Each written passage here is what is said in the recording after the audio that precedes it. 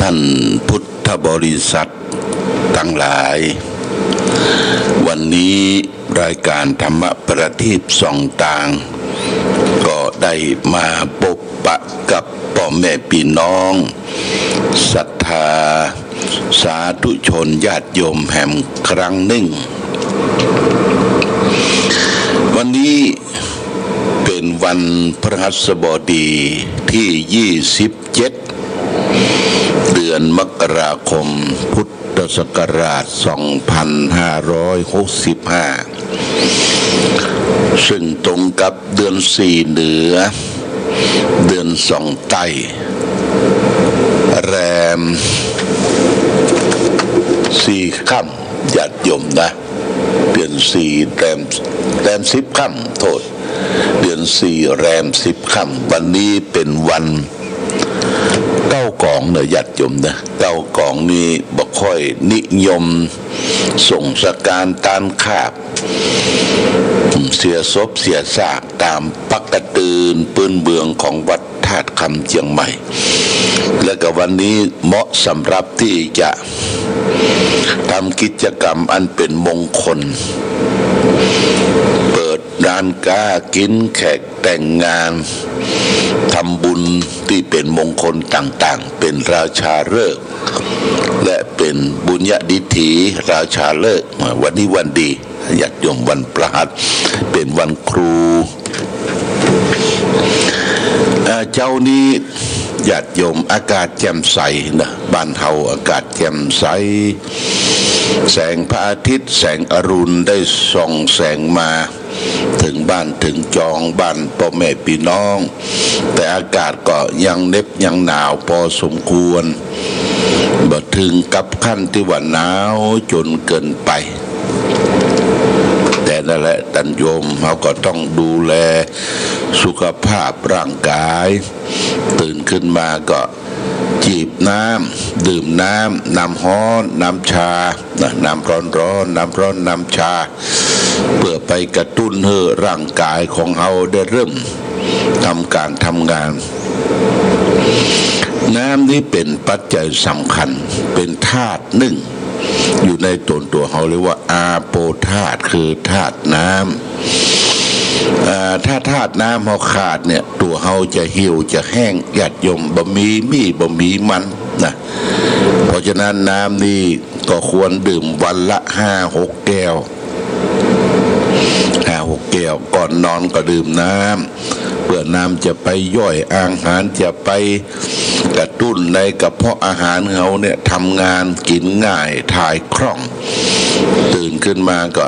ก่อนจะไปแปรงฟันก็ดื่มน้ำสักเกินแก้วหรือแก้วเดี๋ยวญาติโยมเป็นการกระตุ้นให้ร่างกายเขาได้เริ่มทำงานอันนี้ก็เป็นหน้าที่ของแต่ละท่านแต่ละคนที่จะต้องดูแลธาตุสี่ในตัวเขาเนี่ยธาตุดินก็คือของแข็งทั้งหมดในตัวเขาตั้งแต่ผมขนเล็บฟันหนังเนื้อเอ็นกระดูกเยื่อในกระดูกเป็นม้ามเป็นหัวใจเป็นตับเป็นพังผืดเป็นไส้ใหญ่ไส้น้อยอาหารไม่อาหารเก่าเรานี้เรียกว่าปฐวีธาตุคือธาตุดินญาติโยมนะธาตุดินนะตัวเขาเนี่ยมีธาตุดินของแข็งดูแลผมขนเล็บฟันนะคือมันสะอาดแล้วก็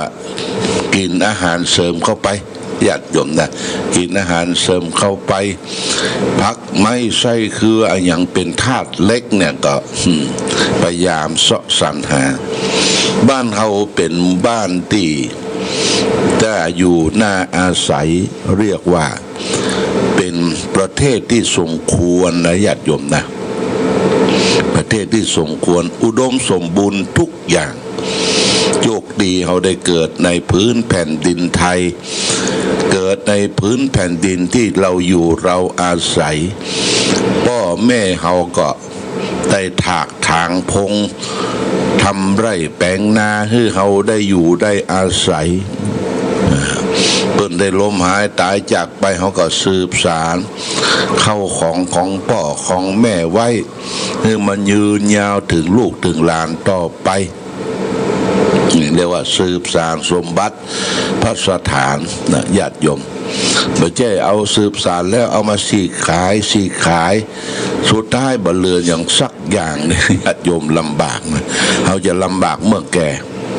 เพราะฉะนั้นเปิ้นจึงบอกว่าขยันเมื่อหนุ่มอย่าบักกุ้มเมื่อแก่ขยันเมื่อหนุ่มอย่าบักกุ้มเมื่อแก่ขยันเก็บหอมรอมริบเอาไว้เก็บไว้เป็นสัดเป็นส่วนเน้อเงินทองจะได้เปิ่งปะอาศัยมันเวลาเจ็บไข้ได้ป่วยเวลามีกินมีตานมีงานเปิ้นไปเอวไปแหวงไปกินไปตานที่ไหนก็จะได้ไปพร้อมเปิ้นนะเงินทองให้จะได้เปิ่งปะอาศัยมัน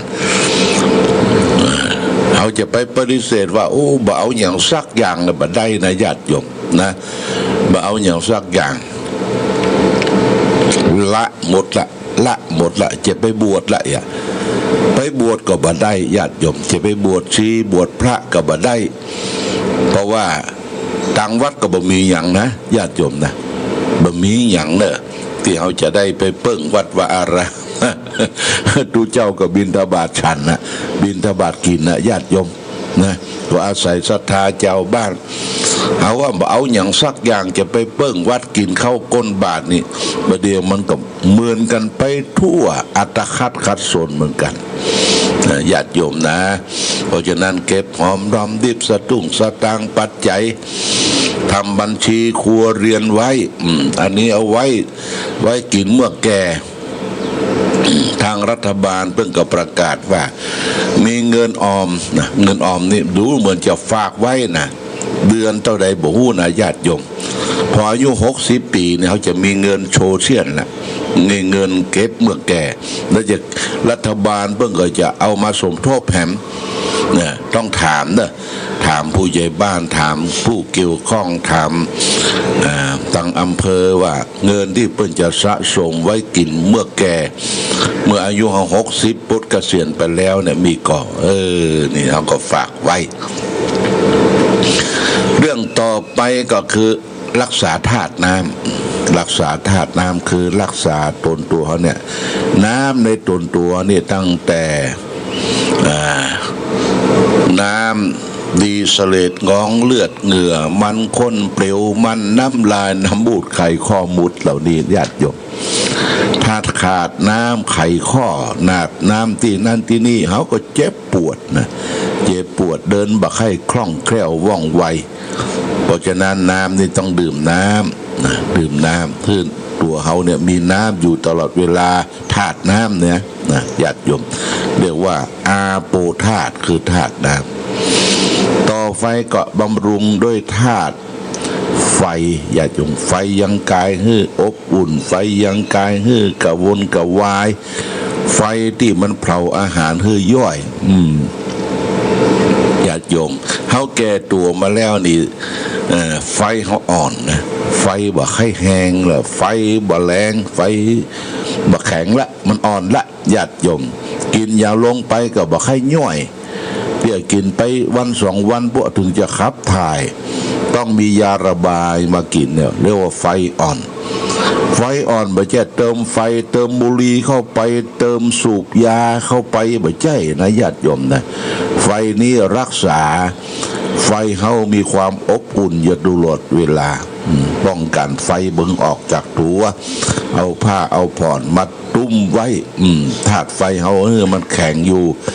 ธาตุไฟแข็งแรงนี่ร่างกายเขาก็สมบูรณ์กินอย่างรับประทานอย่างลงไปมันก็ไปย่อยอาหารในท้องในไส้เขาเนี่ยธาตุไฟเนี่ยไฟที่เผาอาหารให้ย่อยญาติโยมนะต่อไปคือธาตุลมเนี่ยในตัวรักษาลมเพื่อดีจะไปใจลมนักจะใดพ่อแม่ศรัทธาจังจงจังแจ้งจังแซมฮื้อสัตว์สิ่งหิ่งห้อยแซมฮื้อหมูฮื้อหมาตื่นขึ้นมาตาแตกแป่งปากพลังแซมไปเลย แซมฮื้อหมูฮื้อหมาฮื้อเป็ดฮื้อไก่แล้วบัดเตือนแซมฮื้อคนด้วยกะแซมฮื้อลูกฮื้อเต้าฮื้อผัวฮื้อเมียจังแซมไปเหอะคนนั่งนี่จังพิษกันนี่เพิ่นบดีนะรักษาลมปากประสบลมปากคือดีจะไปใจลมปากการรักษาลมนั้นอย่าได้ญาติโยมหลวงปู่ทองวัดพระธาตุสีจอมทองเพิ่นว่าคือหายใจถูกต้องวะนะคือหายใจถูกลมหายใจเข้ารู้หายใจออกรู้หายใจเข้าพูดหายใจออกโทพูดเข้าโทออกหรือหายใจเข้าท้องพองพองหนอกำหนดดูหายใจออกท้องยุบหนอกำหนดรู้เนี่ยเรียกว่าหายใจให้มีสตินะญาติโยมไม่ใช่หายใจฟึดฟัดดูญาติโยมอย่างเขาเนี่ยอย่างใครถูกนะหายใจสั้นนะฟึดฟัดเห็นไปลักไปจกไปแม็กอย่างเปิ้ลเนี่ยหายใจฟึดฟัดใจสั้นใจเห็นใจป๊อดเพราะฉะนั้นหายใจดีเด้อหายใจเข้าเป็นพระพุทธหายใจออกเป็นพระธรรมพุทธเข้าโทออกก่อนจะหลับจะนอนเมื่อค่ำเมื่อคืนก็ไหว้พระสวดมนต์ก่อนแล้วก็มานั่งกำหนดลมหายใจเข้าออกหายใจเข้าพุทหายใจออกโทพุทเข้าโทออกนะนี่คือบริหารลมหายใจลมพัดขึ้นเบื้องบนลมพัดลมเบื้องต่ำลมในท้องลมในไส้ลมพัดไปตามตัวลมหายใจนี่คือการพัฒนาธาตุลมเมื่อเรามีธาตุสี่สมดุลเนี่ยนะญาติโยมธาตุดินธาตุน้ำธาตุไฟธาตุลมมันสมส่วนมันปรองดองมันสามัคคีกันความเจ็บไข้ได้ป่วยเราก็บ่ค่อยจะมีนะญาติโยมแต่นี่ทางกายนะนี่ทางใจครับญาติโยมทางใจโรคใจนี่ก็เป็นโรคสำคัญโรคใจนี่เป็นโรคจะได้เป็นคนใจน้อยใจหินใจป๊อดนี่ยังเก็บไว้ในใจเนี่ยเตี้ยเปิ้นรับเปิ้นนอนมดยังกึดในใจอยู่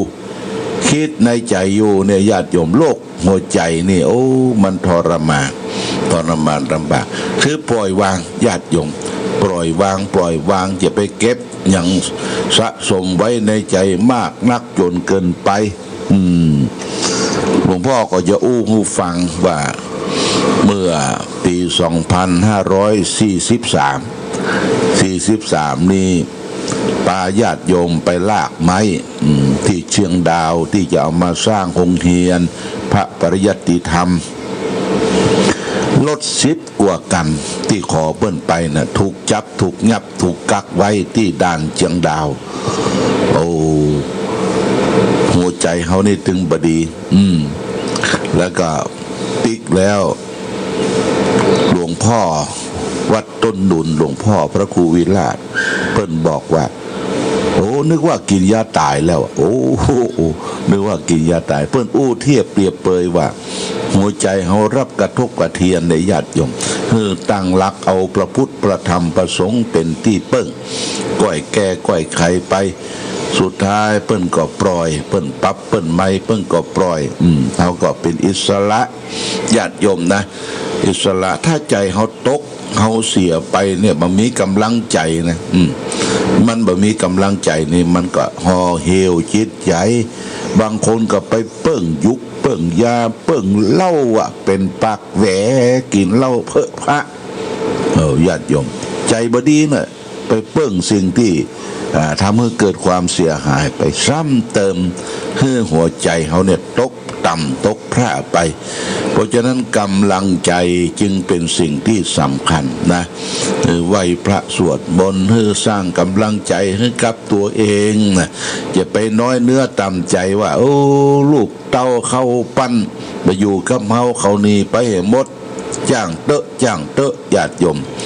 อยู่ด้วยตนเองกินน้อยปฏิบัติธรรมนักรักษาตัวเองตัวเก่าเท่าที่มีเนี่ยร่างกายเขาเนี่ยมันตายไปทีละน้อยแต่ละก้อยตายนะญาติโยมเขาบอกแย่ตายคำเดียวบางคนนี่กึดตายคำเดียวพอเจ็บอย่างน้อยเนี่ยโอ้นอนครวญคราง เจ็บปวดเนี่ยญาติโยมเขาจะตายคำเดียวก็ตายน้อยๆตายน้อยๆมันจึงตายเหมือนกันหมดไผบ่ต้องอวดดีว่าบ่เจ็บบ่แก่บ่เป็นบ่ตายนะญาติโยมอวดตัวเก่าบ่ได้มันเป็นธรรมะมันเป็นธรรมชาติมนุษย์โลกที่เกิดมาต้องเกิดต้องแก่ต้องเจ็บต้องตายแม้แต่พระบรมศาสดาสัมมาสัมพุทธเจ้าของเฮาพระองค์ก็ยังปรงสังขารละสังขารอายุ80 ปีพระองค์ก็ดับขันธปรินิพพานดับขันธปรินิพพานบ่ต้องมาเกิดในโลกนี้หมคือมดตั้งกิเลสมดตั้งขันธ์ห้าฉะนั้นก้อยตายเนี่ยก้อยตายทีละเล็กละน้อยมันถึงเป็นไปตามธรรมชาติเช่นผมตายก็ผมงอกนางตายก็นางเหี่ยวนะญาติโยมนางเหี่ยวฟันเขาตายนี่ก็ก้อยเลาะก้อยหล่อนก้อยสิ้นไปนี่มันตายไปกูอย่างญาติโยมมันตายไปทีละเล็กละน้อยได้ทำใจแล้วก็เอาพระพุทธพระธรรมพระสงฆ์มาเป็นสนะเป็นที่เปิ้งนี่ฝากไว้เรื่องของธาตุสี่ในตนตัวเขาเนี่ยรักษาให้ดีมีธาตุดินธาตุน้ำธาตุไฟธาตุลมแล้วก็หัวใจนี่เป็นหนึ่งธาตุนี่สี่บวกกันเป็นห้าเรียกว่าขันธ์ห้าขันธ์ห้าขันธ์แห่งรูปขันธ์ของเวทนาขันธ์แห่งสัญญาขันธ์สังขารขันธ์วิญญาณเนี่ยรวมกันเป็นขันธ์ห้าเปลี่ยนแปลงอยู่ตลอดเวลาญาติโยมนะเอาละเดี๋ยวเวลาแห่งประมาณสัก10 นาทีนี่ก็ต้องขออนุโมทนาเน้อญาติโยมที่จะได้ร่วมด้วยช่วยกันเอาจะจัดงานยกยอดชัดเจดีย์เก่าแก่ของวัดพระบาทอุดมที่ได้ซ่อมแซมครั้งใหญ่นะญาติโยมนะครั้งใหญ่นี่ซ่อมแซมอย่างดีนะเอาเจดีย์อันเก่าไว้ตั้งในหุ้มด้วยเหล็กหุ้มด้วยปูนก่อด้วยฉาบโบกฉาบตอนนี้ก็ตั้งบนเสร็จละเหลือก็ตั้งกลางตั้งลุ่มก็เสร็จละเขาก็จะเตปวนเปอย่างทาสีขาวก่อนอันส่วนที่จะแปลงเพิ่มเติมเป็นดอกเป็นดวงนั่นก็รอเขายกชัดเรียบร้อยแล้วก็จะแปลงดอกแปลงดวงติดปะต้องขออนุโมทนาเนอะยอดชัดเก้าจันนี่ก็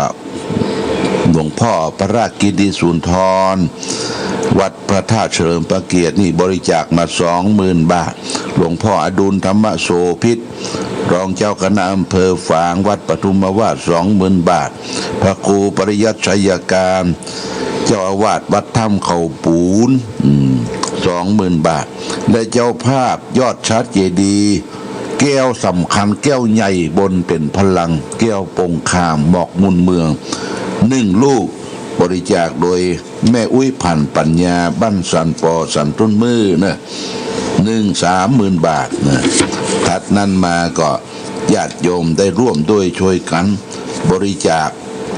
หมอกมุนเมืองแก้วลูกดิ่งแล้วก็พลอยแดงนะอันนี้ก็จะอ่านให้ฟังเนอะรอบหนึ่งแก้วหมอกมุนเมืองแก้วปงคามเนี่ยเขาจะประดับด้วย45 ลูกญาติโยมเต้าพรรษาข้อที่พระพุทธเจ้าได้เผยแผ่ธรรมพระมหาสมชาตินี่ธรรมญาตราพร้อมขึ้นสีขาวนี่พร้อมด้วยญาติโยมบริจาค3 ลูกชมรมผู้ปฏิบัติธรรมประจำวันเสาร์เนี่ยลูกละ 2,000 นะจองไว้2 รูป2 รูป 4,000 บาทพ่อหลวงทวีศักดิ์สุทธเสนาบ้านหมู่3 1 ลูก 2,000 บาทแม่สีนวลพ่อสีนวลแม่สมศรีปันไฝหนองอึ่งใต้1 ลูก 2,000 บาทพ่อหลวงสีมาแม่จันสมยอดแก้วเหลืองบ้านสันต้นมือ3 ลูก 6,000 บาทคุณกนกพี่ชัยนาล้าน2พี่น้องสันทราย1 ลูก 2,000 บาทคุณวินาพงษ์อมรพรมห้างหุ้นชมจำกัดโชคยิ่งเจริญ1 ลูก 2,000 บาทพ่อแก่นทาเป็งบ้านหัวฝ่าย1 ลูก 2,000 บาทแม่ครูสายพินตั้งตระกูลแม่ขา1 ลูก 2,000 บาทพ่อทองคำฟองมณีนายสุกรีนางบัวจันทร์นางสาวสุจิพรแสงอรุณ1 ลูก 2,000 บาทคุณสีมุน คุณสีมูลคุณจันเปง3 มนถีบ้านห้วยห้อม1 ลูก 2,000 บาทคุณอัมพันธ์อินทวงศ์บ้านเต่าดินนางสาวอัมพันธ์1 ลูก 2,000 บาทแล้วก็แม่อัมภัยสิริมิตรตระกูลบ้านสันทราย1 ลูก 2,000 บาทตอนนี้ทั้งหมดนั่นน่ะมัน45 ลูกตอนนี้ได้อยู่18 ลูกละญาติโยม18 ลูกเนอะก็ทยอยกันถึงเดือนปุ้นเดือนมีนาคมก็คงจะครบนอกจากนั้นก็เป็นพลอยแดงนี่เขาจะติดอยู่32 ลูกญาติโยมนะ29 ลูกโทษ29 ลูกก็มีพ่อหมออินทร์แม่จงดีเชื่อกันทา1 ลูก 1,000 บาทแม่ขันแก้วปันหมอกหนองโฮง1 ลูก 1,000 บาทพ่อใจแม่คำเกลือกรุณวงศ์1 ลูก 1,000 บาทแม่บัวพัดอุลันแม่แม่สุนต้นซาน1 ลูก 1,000 บาทคุณจันสมมณีจักตลาดแม่สาว1 ลูก 1,000 บาทแม่กองคำทองคำบ้านสันสลีเวียงป่าเป้า1 ลูก 1,000 บาทพ่อบุญธรรมแม่รัตนาสันคำฟั่นบ้านปงหนองเวียงป่าเป้า1 ลูก 1,000 บาทคุณวีนาพรองอมรพรมห้างจุนจักรโชคยิ่งเจริญ1 ลูก 1,000 บาทพ่อธนาธรแม่ดาราทิพปัญญา1 ลูก 1,000 บาทแพทย์หญิงดาราทิพปัญญา1 ลูก 1,000 บาทพ่อสีนวลแม่สมศรีปันไฟหนองอึ่งใต้1 ลูก 1,000 บาทแม่เท่าจริงสุริยาบ้านหมอกเปาแม่สาว1 ลูก 1,000 บาทแม่อุ้ยแก้วทิพนัน1 ลูก 1,000 บาทแม่สุกันธามณีรัตน์ห้วยงูใน1 ลูก 1,000 บาทแม่รัตดาอินตะบ้านแม่คะ1 ลูก 1,000 บาทแม่นิพามุนเทียน1 ลูก 1,000 บาทนิมอนปิ่นแม่สุกัญญามณีขัดบ้านห้วยงูใน1 ลูก 1,000 บาทแม่จันสมแม่น้อยแม่จันสมพ่อน้อยเกษมวงเขียนบ้านบ่อนปิ่นใกล้1 ลูก 1,000 บาทแม่ประภาจันตะ1 ลูก 1,000 บาททางคณะอันนี้เป็นได้อยู่19 ลูกแล้วเนอะ19 ลูกอันนี้เป็นพลอยแดงเขาจะใส่อยู่29 ลูกเหลือ10 ลูกญาติโยมถัดนั้นมาก็มีแก้วรัตนชาติ9 เม็ดตัวนี้เป็นกัปเพื่อจะบรรจุมีคุณกนกพิชัยนาลานานาพันธ์2 พี่น้องบ้านสันทราย1 กลับ 1,000 บาทคุณวีนาพรองอมรพรมห้างสวนกัดโชคยิ่งเจริญ1 กลับ 1,000 บาทนี่ก็เหลือแฮม10 กลับนะญาติโยมถัดนั้นมาก็จะเป็นแก้วปงข้ามเดี๋ยวก่อนจะข้ามไปมีนายสมโพธินายสมพงษ์นางบัวผันอันนี้แก้วพลอยแดง1 ลูกบ้านสันทรายของน้อย 1,000 บาทเนอะแล้วก็แม่หลวงศรีนวลคำพีละและครอบครัวอันนี้เพิ่มเติมมา1 ลูก 1,000 บาทแล้วก็ยังมีนายพงศธกรสุวรรณพิมลบ้านหนองยาวดวงแก้วนี่เขาจะใส่อยู่